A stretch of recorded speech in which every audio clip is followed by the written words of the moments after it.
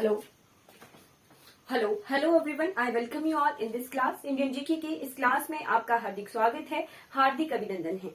आज हम बढ़ जाते हैं इंडियन जीके में एनवायरनमेंट वाले पार्ट की तरफ। ठीक है, हम पढ़ते हैं पर्यावरण संरक्षण, हम पढ़ते हैं नेशनल पार्क, राष्ट्रीय उद्यान, हम पढ़ते हैं वन्य जीव अभयारण्य। तो हमें ये क्लियर होना चाहिए कि ये जो शब्द हैं राष्ट्रीय उद्यान, वन्य जीव अभयारण्य, बायोस्फीयर रिजर्व, ये कहाँ से आए हैं। ठीक है, तो पर्यावरण और पर्यावरण संरक्षण इस वाले पोर्शन में एक बॉडी है, ठीक है, इंटरनेशनल बॉडी है जिसका नाम है IUCN। ठीक है, क्या नाम है? IUCN। ठीक है, इसकी फुल फॉर्म क्या होती है? इसकी फुल फॉर्म होती है इंटरनेशनल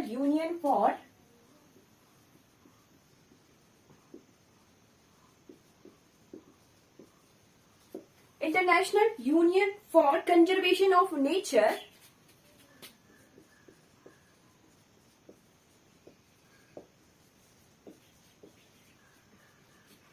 एंड नेचुरल रिसोर्सेज।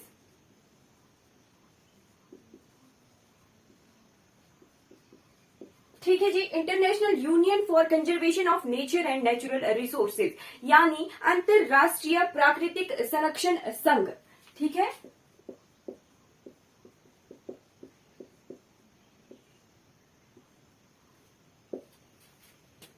अंतरराष्ट्रीय प्राकृतिक संरक्षण संघ।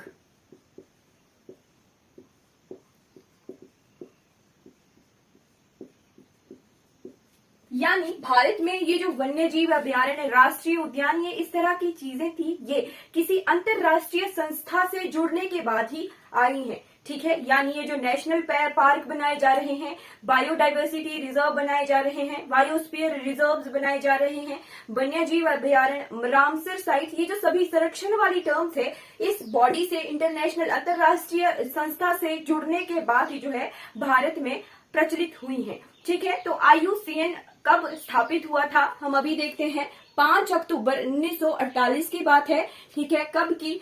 5 अक्टूबर 1948 को जो है इस अंतरराष्ट्रीय प्राकृतिक संरक्षण संघ IUCN की स्थापना की गई थी। ठीक है, एस्टेब्लिश इसे किया गया था। कहां पर है ये? इसका हेडक्वार्टर स्विट्जरलैंड के ग्लैंड जगह पर है। ठीक है, हेडक्वार्टर कहां है?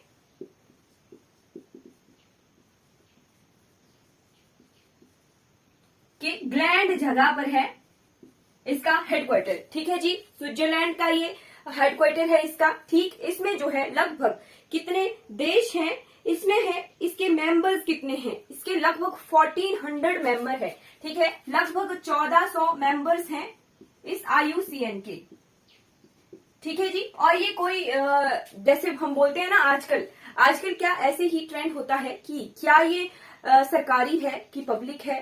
ठीक, तो ये क्या है? NGO टाइप है, नॉन गवर्नमेंटल ऑर्गेनाइजेशन है। ठीक है, NGO टाइप है ये। ठीक है, नॉन गवर्नमेंटल ऑर्गेनाइजेशन टाइप है। इसका काम क्या है? प्राकृतिक स्रोतों का संरक्षण करना IUCN का। ठीक है, 5 अक्टूबर 1948 की बात थी जब ये जो अंतरराष्ट्रीय संघ है इसकी स्थापना की गई थी। कहां पर? स्विट्जरलैंड में। इसका काम क्या होता है? इसका काम होता है डाटा गैदर करना। ठीक है, यानी प्रकृति और प्राकृतिक स्रोतों, प्राकृतिक संसाधनों, जिसमें चाहे फ्लोरा एंड फ्योना दोनों आते हैं, वनस्पति और वन्य जीव। ठीक है, फ्लोरा और फ्योना दोनों आते हैं। ठीक है, इसको नोट कर लीजिएगा कि लगभग जो है 1400 मेंबर्स हैं। ठीक है, इसका काम क्या है? ठीक है, इंग्लिश के लिए कहूं मैं फ्लोरा और फ्योना, यानी वन और वन्य जीव। ठीक है, फ्योना और फ्लोरा होता है वनस्पति और वन्य जीवों के बारे में डाटा को गैदर करना। ठीक है, डाटा गैदरिंग।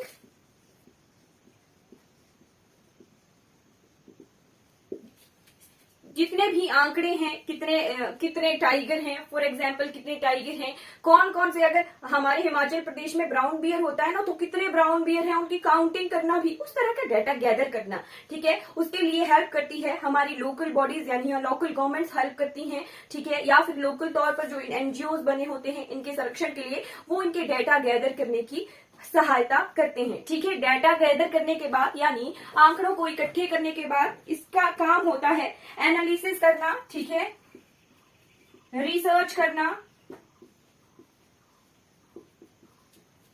ठीक, रिसर्च के बाद जो भी प्रोजेक्ट इसके संरक्षण के लिए करवाने हो वो करते हैं। ठीक है जी, मतलब फ्लोरा और फ्यूना का संरक्षण और संसाधनों का उपयोग तक भी ये इन्हीं IUCN के कैटेगराइजेशन वाले प्रोटेक्टेड एरिया के हिसाब से फिर डिवाइडेड है। अब आती है भारत की बारी कि भारत इस IUCN का मेंबर कब बना था। ठीक है, तो स्टार लगाकर नोट कर लीजिएगा कहीं पर कि भारत जो है 1969, ठीक है, 1969,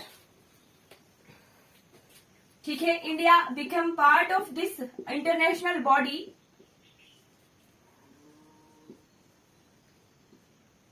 India became part of this international body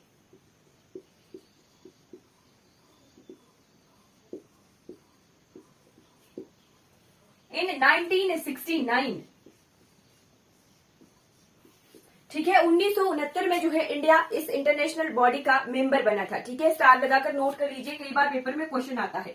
ठीक है, क्या क्या क्वेश्चन आ सकते हैं कि कब स्थापना हुई थी IUCN की, कहाँ इसका हेडक्वार्टर है और भारत इसका जो है कब भाग बना था। ठीक है, तो 1969 में जो है भारत ने इस IUCN का जो है मेंबर बना था। ठीक है, अब IUCN क्या करता है नेचर की कंजर्वेशन के लिए। ठीक है, नेचर की कंजर्वेशन के लिए IUCN करता क्या है। ठीक, तो IUCN ने क्या किया हुआ है, IUCN ने जो है 7 कैटेगरीज में जो है इन कंजर्वेशन के, नेचर के कंजर्वेशन के लिए जो है एरियाज को डिवाइड किया है। ठीक है, यानी 7 कैटेगराइजेशन की गई है, 7 भागों में विभाजित किया गया है इन वनस्पति और वन्य जीवों को। ठीक है, चलिए देखते हैं कि कौन कौन से 7 भाग हैं वो। ठीक है, और IUCN एक काम तो उन्होंने क्या है एरियाज को डिवाइड कर दिया।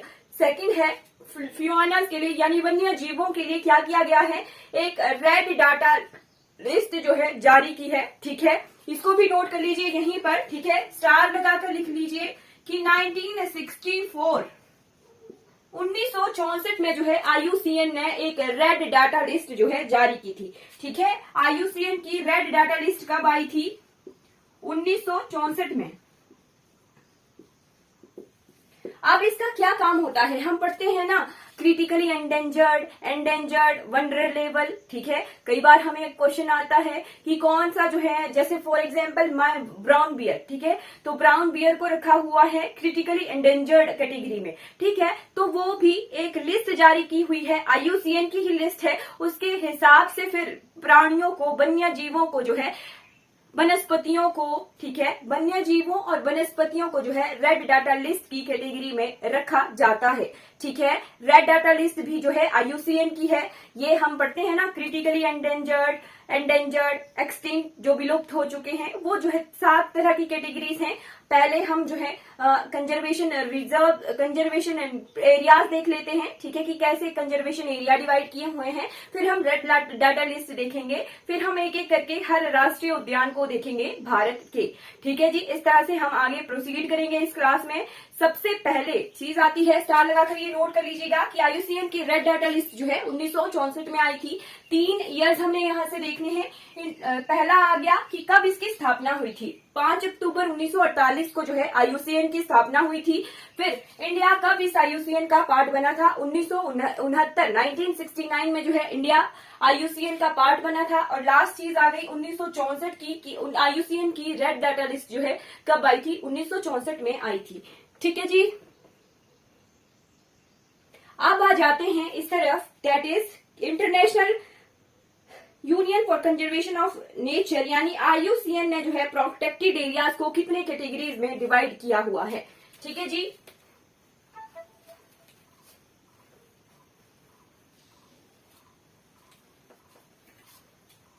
ठीक, प्रोटेक्टेड एरिया को डिवाइड किया गया है 6 कैटेगरीज में। ठीक है, there are total 6 categories.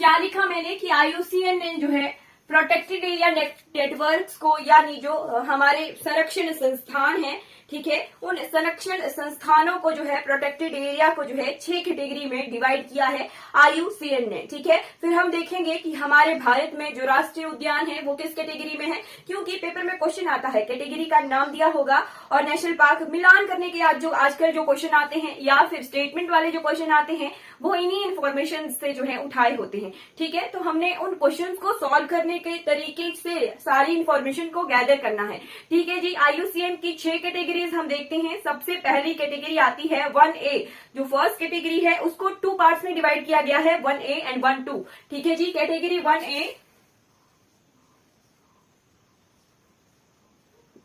Category 1A, ठीक, ये जो फर्स्ट कैटेगरी है उसको 2 पार्ट में डिवाइड किया गया है, ठीक। कैटेगरी 1A में कौन से एरियाज आते हैं, स्ट्रिक्ट नेचर रिजर्व, ठीक है जी, strict nature reserve.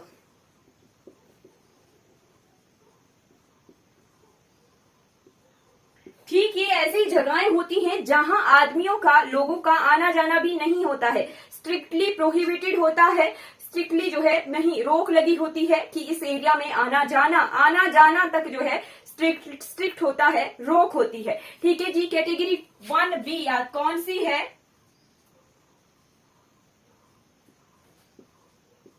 Category 1B आती है वाइल्डरनेस एरियाज, ठीक है, जहां पर खतरा होता है, ठीक। खतरा मीन्स कुछ ऐसे प्राणी होते हैं या फिर ऐसी जगहें होती हैं जो ज्यादा वाइल्ड होती हैं, यानी ज्यादा डरावनी हो सकती हैं, ठीक है। तो ऐसे एरियाज को कैटेगरी 1B में रखा हुआ है, ठीक है जी, वाइल्डरनेस एरियाज।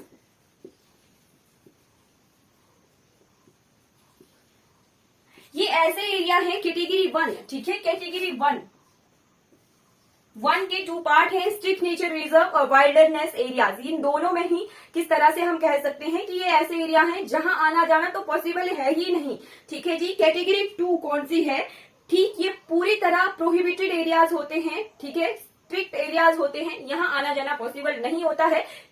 क्योंकि हमने जो है संरक्षण करना है। अगर हमारा नेचर क्या होता है, ह्यूमन नेचर होता है, हाँ जी, यहाँ ऐसी जगह दिखी, चलिए वहां कैंपिंग करते हैं, ठीक है, होता है ना ऐसा नेचर कि अच्छा हमने आज जंगल में इतनी अच्छी जगह देखी, वहां पिकनिक मनाने जाएंगे, ठीक। तो ह्यूमन का नेचर जो है नेचर से खिलवाड़ करना होता है, ठीक। इसी खिलवाड़ को रोकने के लिए जो है इन कैटेगराइजेशन को रखा हुआ है कि आदमी का आना जाना ही ना हो, तभी जो है वो एरियाज प्रोटेक्ट रहेंगे कि आदमी का जो है नेचर है वो पता ही होता है कि हाँ नई जगह एक्सप्लोर करना, ठीक। और एक्सप्लोर करेंगे तो पोल्यूशन होगा, वहां रहने वाले जीव जंतु पेड़ पौधे उनको नुकसान तो ऑब्वियसली पहुंचाते ही हैं, ह्यूमन नेचर है, ठीक है। नुकसान पहुंचाना ह्यूमन नेचर है और प्रोटेक्ट करना भी ह्यूमन नेचर है। बट आजकल का जो ट्रेंड है वो प्रोटेक्ट करने से ज्यादा जो नुकसान पहुंचाने पर पहुंच गया है, ठीक। तो इसी नुकसान को बचाने के लिए फ्लोरा एंड फौना को, वनस्पति और वन्य जीवों को के संरक्षण के लिए फिर कैटेगरीज डिवाइड कर दी हैं कि कुछ ऐसे एरियाज हैं वहां पर लोगों के आने जाने पर ही प्रतिबंध है, ठीक है जी, रोक है, ठीक। कैटेगरी 2 की तरफ बढ़ जाते हैं। सेकंड कैटेगरी इज कैटेगरी 2, ठीक। सेकंड कैटेगरी है नेशनल पार्क, ठीक है जी, ये और हमारा भारतवर्ष इतना प्यारा भारतवर्ष है, कैटेगरी 1 के प्रोटेक्टेड एरिया नेटवर्क हमारे इंडिया में है ही नहीं, ठीक है, लोगों की आने जाने की रोक है ही नहीं, ठीक है। भारतवर्ष में कैटेगरी 1 के प्रोटेक्टेड एरिया नेटवर्क नहीं है, स्टार लगाकर लिख लीजिए। ये ऑस्ट्रेलिया की तरफ जो है ये वाइल्डरनेस एरियाज, ऑस्ट्रेलिया कंट्री ऐसी है जहां पर ये वाइल्डरनेस एरियाज यानी कैटेगरी 1 को भी जो है रखा गया है, ठीक है। भारत की बात आती है तो भारत में है नेशनल पार्क, कैटेगरी 2 के प्रोटेक्टेड एरिया नेटवर्क भारत में है राष्ट्रीय उद्यान,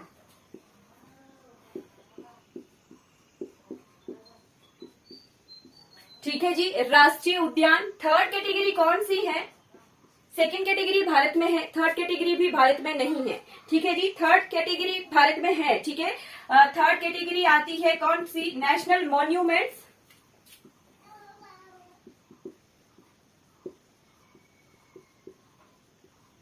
थर्ड कैटेगरी आती है भारत में। हमारे जो अजंता गुफाएं, अजंता एलोरा है वो इस वाले क्वेश्चन में आती हैं, ठीक है। नेशनल मॉन्यूमेंट्स और फीचर्स, यानी प्राकृतिक स्मारक। अब प्राकृतिक स्मारक कौन कौन से हो सकते हैं? ठीक, जैसे मैंने बताया आपको अजंता एलोरा गुफाएं। फिर हमारे नॉर्थ ईस्टर्न रीजन में नेचुरल जो है ब्रिजेस बने हुए हैं, ठीक है, पेड़ों की जड़ों से जो है ब्रिज बने हुए हैं, पुल बने हुए हैं, वो भी एक प्रकृतिक का अनोखा अजूबा है, वो भी इन कैटेगरीज में आता है, नेशनल मॉन्यूमेंट्स और फीचर्स में। ठीक है जी। थर्ड चीज क्या है? फोर्थ कैटेगरी में आता है हमारे पास हैबिटेट स्पीसीज मैनेजमेंट एरिया, यानी जो रहने का स्थान होता है वन्य प्राणियों का, हैबिटेट। ठीक है, वन्य प्राणियों के रहने के स्थान को हैबिटेट कहते हैं। ठीक है, हैबिटेट या स्पीसीज मैनेजमेंट एरिया।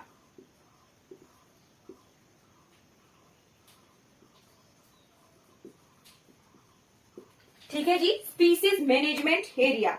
ठीक, पर्यावास या प्रजाति प्रबंधन क्षेत्र। ठीक, ये हमारी फोर्थ कैटेगरी कौन सी है? भारत की, विशेषकर जो हमारे वन्यजीव अभयारण्य है ना, वो इसमें आते हैं। ठीक है जी, वाइल्ड लाइफ सेंचुरीज, वन्यजीव अभयारण्य। ठीक है, भारत के जो वन्यजीव अभयारण्य हैं वो इस कैटेगरी में आते हैं, कैटेगरी 4। और जो राष्ट्रीय उद्यान है, नेशनल पार्क है, वो कैटेगरी 2 में आते हैं IUCN की। ठीक, कैटेगरी 5 कौन सी है? कैटेगरी 5 है हमारे पास, that is protected landscape, Seascapes या एरियाज। ठीक है,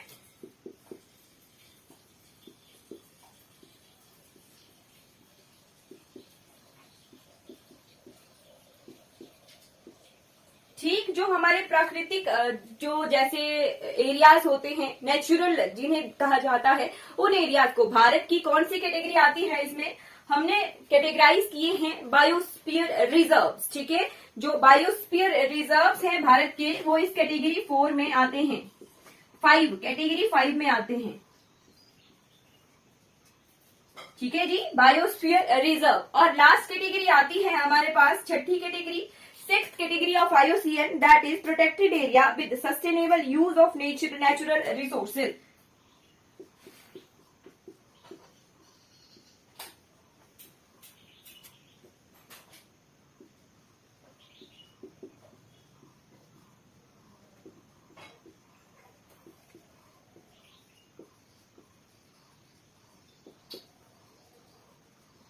जी, ये कौन सी कैटेगरी आई? कैटेगरी 6। कैटेगरी 6 होती है हमारे जो लोकल जंगल होते हैं ना, वो वाले, क्योंकि वहां पर जो है पशु चराने भी चले जाते हैं। ठीक है, घास लाने भी चले जाते हैं, नेक्स्ट लकड़ियां लाने भी चले जाते हैं, आना जाना भी होता है, हमारे रास्ते होते हैं उस रीजन में। ठीक, बाकी जो नेशनल पार्क वगैरह होते हैं वहां से रास्ते भी नहीं होते हैं। ठीक है जी, रास्ते भी नहीं होते हैं। ठीक है, तो ये बहुत ही जो स्ट्रिक्ट पोर्शन नहीं है, यहाँ पर आना जाना, नेचुरल रिसोर्सेज का उपयोग करके उन्हें प्रोटेक्ट करना। ठीक, नेचुरल रिसोर्सेज का उपयोग करके उन्हें प्रोटेक्ट करना, protected area with sustainable use of natural resources 6 category में रखा हुआ है। ये हमारी लोकेलिटी आ जाती है। ठीक है जी, कैटेगरी 2 पढ़ेंगे, कैटेगरी 3 पढ़ेंगे, कैटेगरी 4 पढ़ेंगे, यानी राष्ट्रीय उद्यान पढ़ेंगे, वन्यजीव अभयारण्य पढ़ेंगे। ठीक है, और एक एक राष्ट्रीय उद्यान हम देखेंगे कि किस किस राज्य में कौन कौन से राष्ट्रीय उद्यान है। ठीक है, हमें क्लियर हो गया कि ये जो राष्ट्रीय उद्यान वर्ड है ये आया कहां से है। ठीक है जी, IUCN ने 6 कैटेगरीज में एरियाज को रखा है। ठीक है, नेचर रिजर्व्स को रखा है, नेचर को डिवाइड किया गया है 6 कैटेगरी में। ठीक, और इन्हीं 6 कैटेगरी में आता है नेशनल पार्क, वन्यजीव अभयारण्य, स्ट्रिक्ट एरियाज, कुछ ऐसे एरियाज हैं वहां आना जाना बिल्कुल भी नहीं होता है। ठीक, जो कैटेगरी 1 में है, और भारत में कैटेगरी 1 IUCN की कैटेगरी 1 है ही नहीं। ठीक है, ट्रू फॉल्स में क्वेश्चन आ सकता है, तो आप नोट कर लीजिए कि कैटेगरी 1 जो है भारत देश में है ही नहीं। ठीक है, चलिए बाकी हम बढ़ जाते हैं अब रेड डाटा लिस्ट की तरफ। ठीक है, IUCN की रेड डाटा लिस्ट।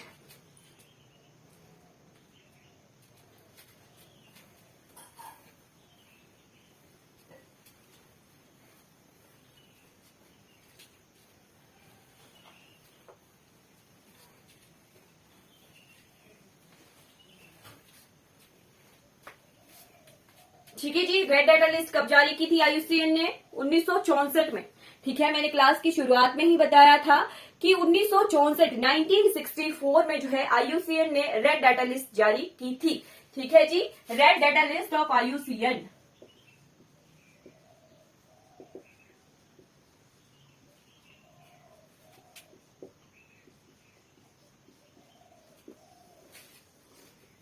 अब ये रेड डाटा लिस्ट कब आई थी? 1964। ठीक, रेड डाटा लिस्ट में कितनी कैटेगरीज हैं हम अभी देखते हैं। ठीक, रेड डाटा लिस्ट में सबसे पहली कैटेगरी आती है एक्सटिंक्ट। ठीक है, हम जो है न्यूज़पेपर पढ़ते हैं, न्यूज़पेपर पढ़ने का मतलब भी होना चाहिए, जब ऐसे वर्ड आए ठीक तो हमें समझ आना चाहिए इन वर्ड्स को समझने के लिए कि हाँ, अगर कहीं एक्सटिंक्ट बोल दिया ना तो उसका मतलब बड़ा पहाड़ नहीं है, हल्की सी कैटेगराइजेशन है रेड डाटा लिस्ट की IUCN की। ठीक है, एक्सटिंक्ट यानी जो वो वाले वन्य जीव और वनस्पति जो बिल्कुल पूरी तरह से खत्म हो चुकी है। ठीक है, हम पढ़ते हैं कि डायनासोर जो हैं बिल्कुल खत्म हो गए हैं, ठीक है, विलुप्त हो चुके हैं। ठीक, तो उन्हें जो है एक्सटिंक्ट कैटेगरी में रख सकते हैं कि जो पूरी तरह से 100% खत्म हो चुके हैं। ठीक है जी, एक्सटिंक्ट। और इसको साइन किस तरह से लिखा जाता है? EX। ठीक है जी, इस तरह से बक्से बनाए होते हैं और ऐसी ही कैटेगराइजेशन की होती है। ठीक है, उसको EX कैटेगरी में रखा जाता है, जिसका मतलब होता है 100% विलुप्त हो चुके हैं। ठीक है, 100% जो है खत्म हो चुके हैं, बिल्कुल भी नहीं रहे हैं, एक्सटिंक्ट कैटेगरी। वैसे ही वनस्पतियां भी कुछ होती हैं, हमारी जड़ी बूटियां होती हैं, उनको भी इसे लिस्ट में रखा जाता है। ठीक है जी, एक्सटिंक्ट के बाद आता है एक्सटिंक्ट इन द वाइल्ड। ठीक है, सेकेंड कैटेगरी है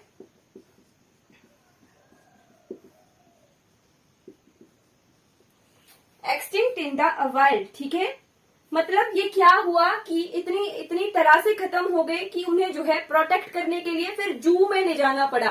ठीक है, हम आगे एक क्वेश्चन पढ़ेंगे इन सीटू और एक्स सीटू। इन सीटू यानी वहीं पर ही जहां है वहीं पर ही जो है संरक्षण करना, और एक्स सीटू मतलब इन सीटू मतलब जहां वो वन्य जीव या प्राणी पाया जाता है ना, वहीं पर उसका संरक्षण करना। उसके लिए तो मैंने राष्ट्रीय उद्यान। ठीक है, इन सीटू और एक्स सीटू भी हम पढ़ेंगे। ठीक है, अभी बता देती हूँ, इन सीटू और एक्स सीटू दो वर्ड्स आ गए। इन सीटू यानी जहां है ना, मैं इस घर में रह रही हूँ तो मेरा संरक्षण इसी घर में, जिस प्राणी का जो घर है उसी घर में संरक्षण करना होता है इन सीटू। ठीक है, बट हम बनाते हैं जू। ठीक है, ये जो राष्ट्रीय उद्यान है ना, ये प्राणी के जहां रह रहा है वहीं पर ही संरक्षण हो गया। ठीक, पर हम बनाते हैं जू यानी हम बनाते हैं चिड़ियाघर, या हम बनाते हैं बॉटनिकल गार्डन, हम बनाते हैं बायोलॉजिकल गार्डन। ठीक है, वो होता है एक्स सीटू,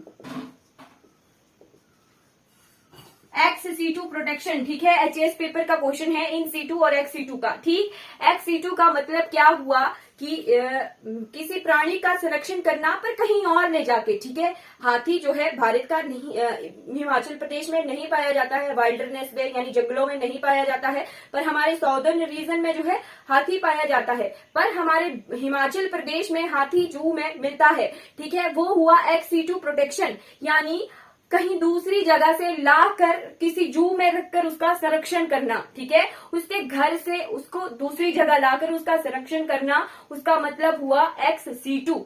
ठीक है जी, कोई जड़ी बूटी जो है हमारे यहाँ, मान लो कोई जड़ी बूटी है वो उत्तराखंड में मिलती है पर हिमाचल प्रदेश में नहीं मिलती। ठीक है जी, कोई जड़ी बूटी है वो उत्तराखंड में तो मिलती है पर हिमाचल प्रदेश में नहीं मिलती। और क्या किया बायोलॉजिकल गार्डन में, क्या किया, ऐसी कंडीशन बना दी, ऐसा एनवायरनमेंट कर दिया क्रिएट, जैसे हम बनाते हैं पॉली हाउसेज बनाते हैं। ठीक है, उस हिसाब से ऐसा एनवायरनमेंट बना दिया बायोलॉजिकल गार्डन में कि जो उत्तराखंड से लाकर जड़ी बूटी को हम हिमाचल प्रदेश के बायोलॉजिकल गार्डन में उगा रहे हैं। ठीक है, उसका संरक्षण कर रहे हैं। मींस हिमाचल प्रदेश में तो नहीं उगती, ठीक है जी, पर उसका संरक्षण करने के लिए हमने इस तरह का एनवायरनमेंट, वातावरण बनाया कि उसको हिमाचल प्रदेश के किसी बायोलॉजिकल गार्डन में उगा सके। ठीक है, मतलब उसको दूसरी जगह से लाकर दूसरी जगह संरक्षण करना, एक जगह से लाकर दूसरी जगह पर संरक्षण करना हुआ एक्स सीटू प्रोटेक्शन। ठीक है जी, इन सीटू और एक्स सीटू आई होप आपको क्लियर हो गया होगा। ठीक है, इन सीटू क्या होता है, जहां उसका घर है वहीं पर संरक्षण करना, और एक्स सीटू हुआ कि उसके घर से दूसरी जगह लाकर उसका संरक्षण करना। ठीक है जी, इन सीटू प्रोटेक्शन और एक्स सीटू प्रोटेक्शन क्लियर हो जानी चाहिए। ये एक्सटिंक्ट इन द वाइल्ड जो है इसी कैटेगरी में आता है, एक्स सीटू प्रोटेक्शन में, यानी जू में जो है संरक्षण करना। ठीक है जी, एक्स सीटू ईडब्ल्यू कैटेगरी से उसको लिखा जाता है ईडब्ल्यू, दूसरी जगह संरक्षण करना।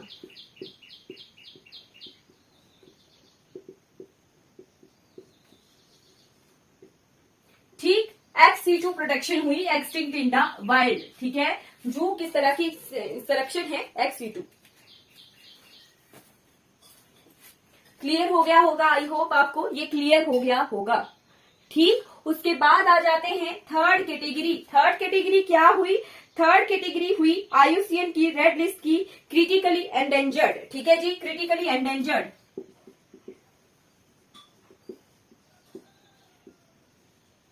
क्रिटिकली एंडेंजर्ड को हम CR से लिखते हैं। ठीक है, CR।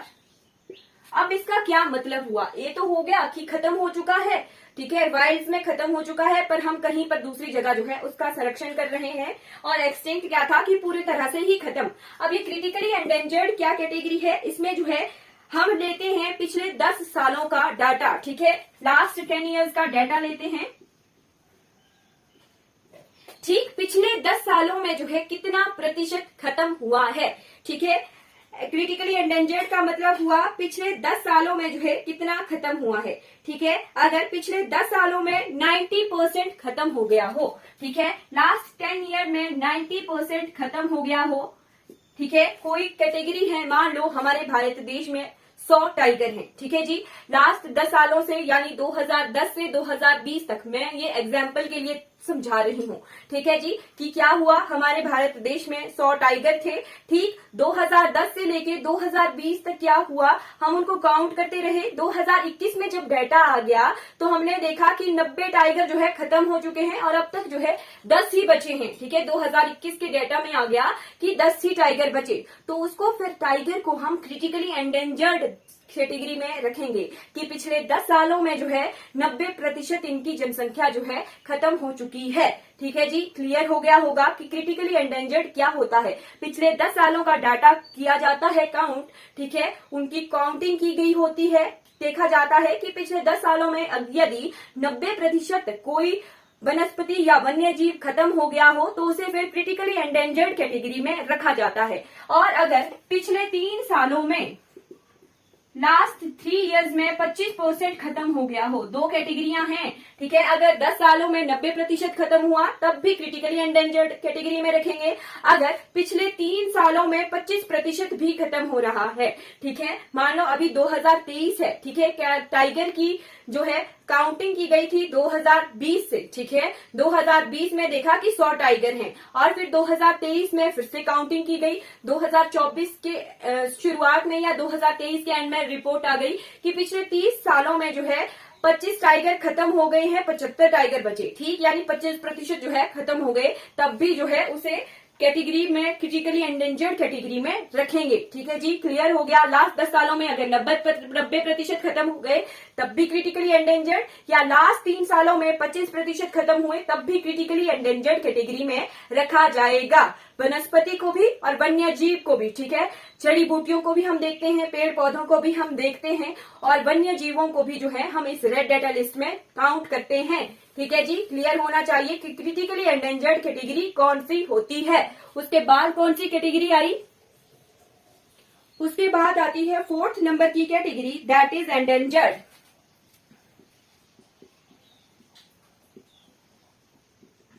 एंडेंजर्ड को EN से लिखा जाता है। एंडेंजर्ड, एंडेंजर्ड क्या होता है, लास्ट 10 सालों में जो है 70% खत्म।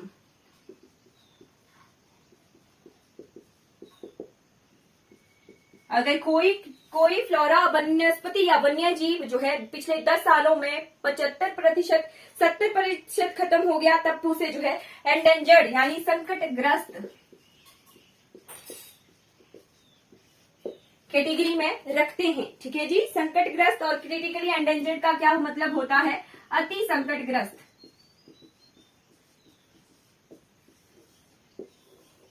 ठीक है जी, अति संकटग्रस्त रखा जाता है।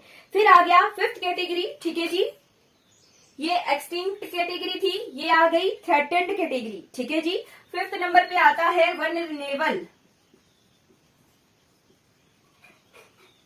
हिंदी में भी वनरेबल लिखा होता है, ठीक है, पर हमने समझना है कि इसका क्या मतलब हुआ। इसका मतलब होता है संवेदनशील, इसको वीयू लिखा जाता है। ठीक है, वीयू लिखा जाता है। ठीक है, यानी पिछले 10 सालों में जो है कितना बचा, पिछले 10 सालों में 50% खत्म हुई।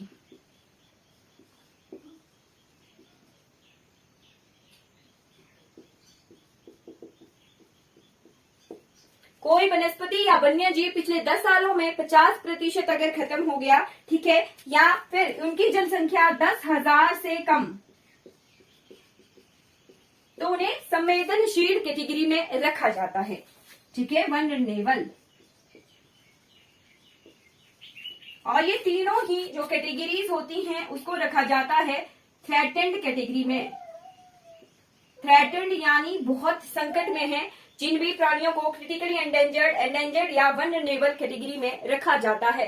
एंडेंजर्ड में एक और चीज आ गई कि अगर उनकी पॉपुलेशन 2500 से कम हो, ठीक है, इसमें क्या था 10,000 से कम, 2500 से भी कम अगर किसी की पॉपुलेशन, किसी प्राणी की, वन्य जीव की पॉपुलेशन 2500 से भी कम है, तब उसे एंडेंजर्ड कैटेगरी में रखा जाता है। ठीक है जी। ये कैटेगरी आ गई थ्रेटन, जो संकटग्रस्त प्राणी होते हैं, ठीक है, उन्हें इस कैटेगरी में रखा जाता है, क्रिटिकली एंडेंजर्ड या वनरेबल। ठीक है, तो लास्ट 2 कैटेगरीज हैं, वो कौन कौन सी हैं? लास्ट 4 है अब और, ठीक है, वो होता है जिन्हें इतना संकट नहीं होता है, 10,000 से ऊपर जो है उनकी जनसंख्या होती है। ठीक है, यहां लिखूंगी मैं 6th कैटेगरी। 6 आती है नियर थ्रेटन्ड। ठीक है जी, नियर थ्रेटन्ड।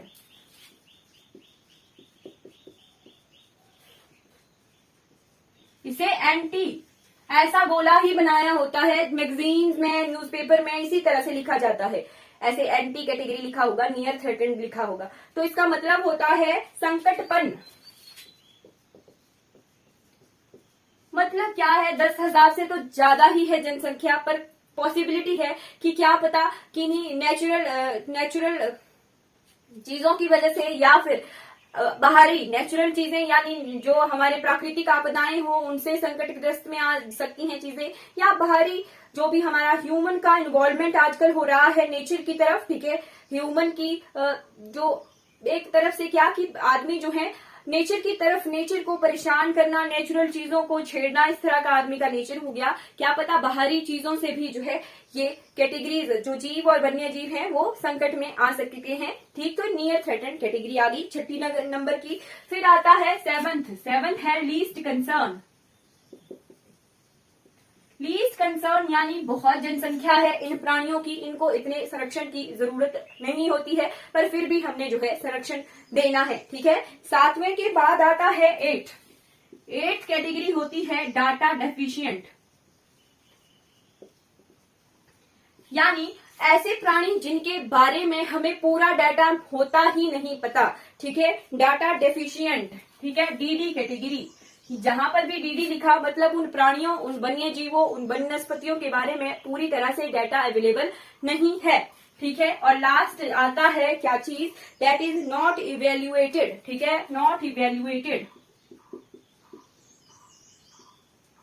नॉट इवेल्युएटेड यानी इन प्राणियों की जो है हम डाटा इकट्ठा ही नहीं कर रहे हैं। ठीक, तो हमें 7 कैटेगरीज को जो है अपने ध्यान में रखना है। वो कौन कौन सी है? नियर थ्रेटन्ड, एंटी, फिर 7वीं आ गई लीस्ट कंसर्न। ठीक है जी, उनमें से एक्सटिंक्ट के बारे में तो हमें पता ही नहीं होता, कुछ ऐसी चीजें हैं जो पूरी तरह से विलुप्त हो चुकी हैं। ठीक है, ठीक, पूरी तरह से विलुप्त हो चुकी है। फॉर एग्जाम्पल हमारे डायनासोर्स हैं, वो पूरी तरह से खत्म हो गए हैं, तो वो एक्सटिंक्ट हो गए हैं।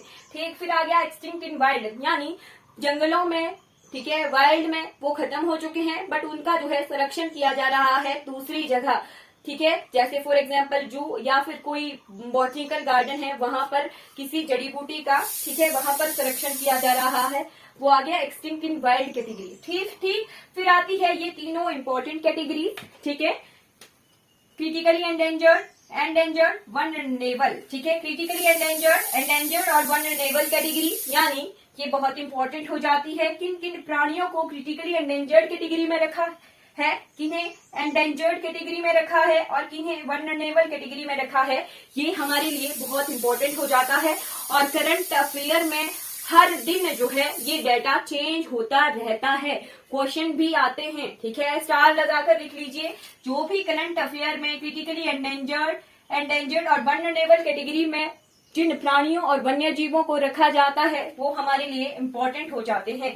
फिर आ जाता है ये वाला कैटेगरी, नियर थ्रेटन्ड और लीस्ट कंसर्न, ठीक है, नियर थ्रेटन्ड और लीस्ट कंसर्न, ये जो है हमें पता होता है कि मात्रा है इनकी 10,000 से ऊपर जो है इनकी जनसंख्या है, ठीक है, बट फिर भी हमें पता होना चाहिए कि किन्हीं प्राणियों को लीस्ट कंसर्न कैटेगरी में रखा है या फिर जो है नियर थ्रेटन्ड कैटेगरी में रखा हुआ है। ठीक, अब एग्जाम्पल के तौर पर हमारे हिमाचल प्रदेश में है होती है फ्लाइंग स्क्वेरल। आपको पता है कि कहाँ उड़ने वाली गिलहरी होती है, हिमाचल प्रदेश के चंबा रीजन में, ठीक है, कालाटोप वाइल्ड लाइफ सेंचुरी, ठीक है, कालाटोप वाइल्ड लाइफ सेंचुरी कहाँ पर है, चंबा में है, वहां पर एक स्क्वेरल गिलहरी होती है जो उड़ने वाली गिलहरी है, ठीक है। आपके लिए होमवर्क है कि जो फ्लाइंग स्क्वेरल है उड़ने वाली गिलहरी है हिमाचल प्रदेश के कालाटोप वाइल्ड लाइफ सेंचुरी में, उसे इनमें से किस कैटेगरी में रखा हुआ है, ठीक है। For example Himalayan brown bear, ठीक है, हिमाचल प्रदेश के ग्रेट हिमालयन नेशनल पार्क में मिलता है,